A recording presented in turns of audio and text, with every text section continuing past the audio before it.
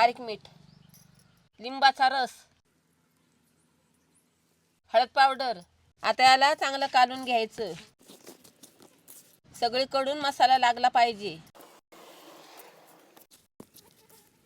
आता टाकते थोडीशी कोथिंबीर. अजून एकदा मिक्स करून घेऊया. चूल पेटली, आता तवा ठेवते. तेल तापले, आता टाकते.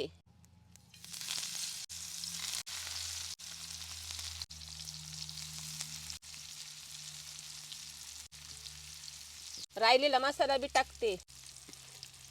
एक बाजू झाली, आता दुसरी बाजू आपण हे करून घेऊया.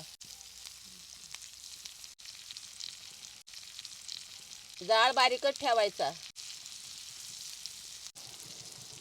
मग चांगले कुरकुरीत होतात. बघा बाळाओ, आता बारीक जाळावर तळली, कुरकुरीत झाल्यात. आता